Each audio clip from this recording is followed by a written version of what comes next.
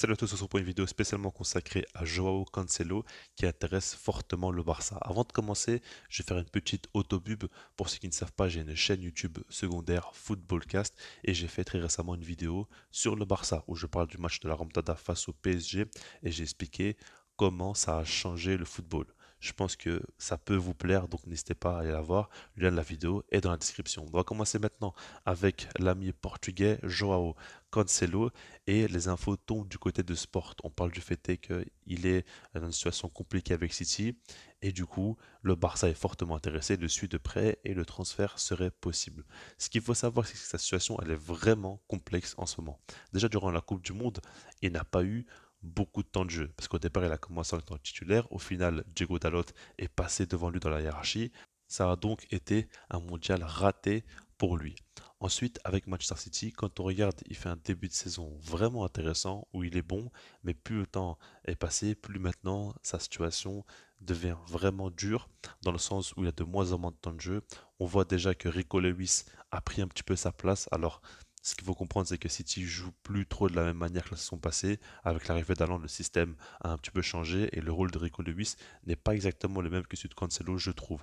Mais dans les faits, Rico Lewis enchaîne les matchs en tant que titulaire et Cancelo enchaîne les matchs sur le banc.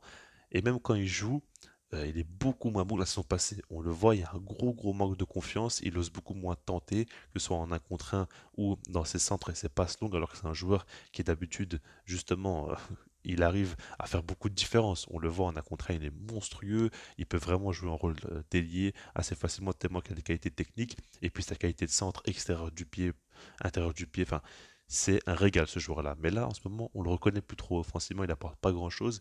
Et on voit que défensivement, il est beaucoup mieux en difficulté. Il y a aussi le fait est que le système de Manchester City a un petit peu évolué et c'est peut-être plus forcément parfaitement adapté à lui. Je pense quand même qu'il devrait faire mieux, hein, mais on peut le prendre en compte et puis on peut se dire que le système est quand même moins rodé que la saison passée.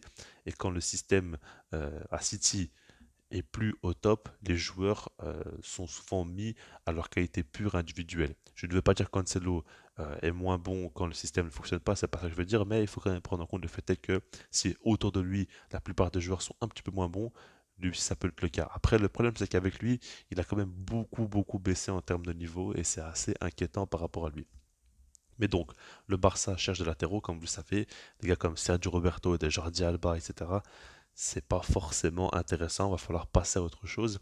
Et selon moi, si Joao Cancelo vient au Barça, il pourra remplacer Jordi Alba. Alors je vous explique pourquoi, peut-être que comme ça vous ne comprenez pas trop le lien. Je pense très clairement que déjà Cancelo peut jouer en tant que latéral gauche et latéral droit, mais surtout quand on regarde comment joue le Barça aujourd'hui, avec le fameux 3-2-2-3, où Baldé a un rôle d'ailier gauche quand le Barça a le ballon, en tout cas dans les moments où le Barça attaque évidemment. Et du coup, dans ce cas-là, imaginez que Joao Cancelo joue au poste de latéral gauche, qui pourra se transformer en tant qu'ailier quand le Barça a le ballon. Pour moi, ça peut vraiment être très intéressant. Il est sur le côté gauche, je pense vraiment que c'est plus intéressant pour lui. Il a toujours été meilleur qu'à droite. Et donc, par rapport à ça, ça peut être intéressant. Et puis, je dirais que c'est même encore mieux dans le sens où Joao Cancelo pourra jouer à gauche et au niveau du style de jeu de l'équipe, etc., il pourra très bien s'acclimater, j'en ai aucun doute.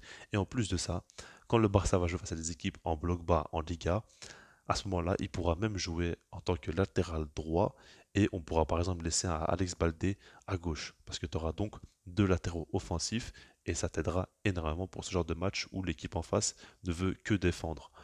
Par rapport à ça, je pense que Joao Cancelo pourra faire beaucoup de bien parce que Koundé va garder sa place de latéral droit ou Araujo, ça va varier dans les gros matchs. Donc il pourra jouer à ce moment-là à gauche et apporter beaucoup offensivement et puis se replier lorsque le Barça n'a pas le ballon évidemment. Et puis face au bloc bas, jouer en tant que latéral droit, latéral offensif ou même quand il y a un score à remonter ou quoi, il pourra aussi jouer à ce niveau-là. Il sait très bien le faire. Donc par rapport à ça, je pense quand même que c'est une donnée à prendre en compte. Il pourra combler des manques au Barça parce qu'il y a un manque au niveau des latéraux, ça il faut le savoir évidemment. Et puis par rapport à Joao Cancelo, c'est un joueur qui a énormément de qualité.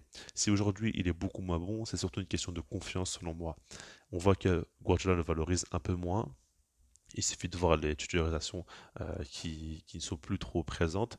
Et par rapport à ça, ça l'affecte un petit peu. La Coupe du Monde s'est ratée. C'est pas non plus facile. C'est une période compliquée pour lui. Et du coup, ses performances ne sont pas top.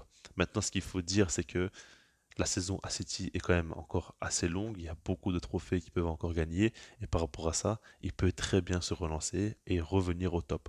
Donc faut pas non plus croire que c'est fini avec City. Si jamais Guardiola lui redonne un peu de temps de jeu dans les gros matchs et qu'il assure, bah, ça va être aussi simple que ça, il va encore une fois s'imposer, et à ce moment-là, il va rester à City.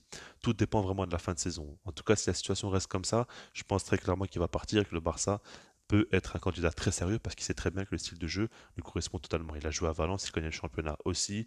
Donc là-dessus, j'ai pas de doute que le Barça sera vraiment un candidat assez sérieux. Maintenant, par rapport à Joao Cancelo, je pense que c'est encore trop tôt pour savoir s'il va vraiment pouvoir quitter City. Ça reste quand même un top club qui joue tous les trophées et qui est extrêmement compétitif, évidemment.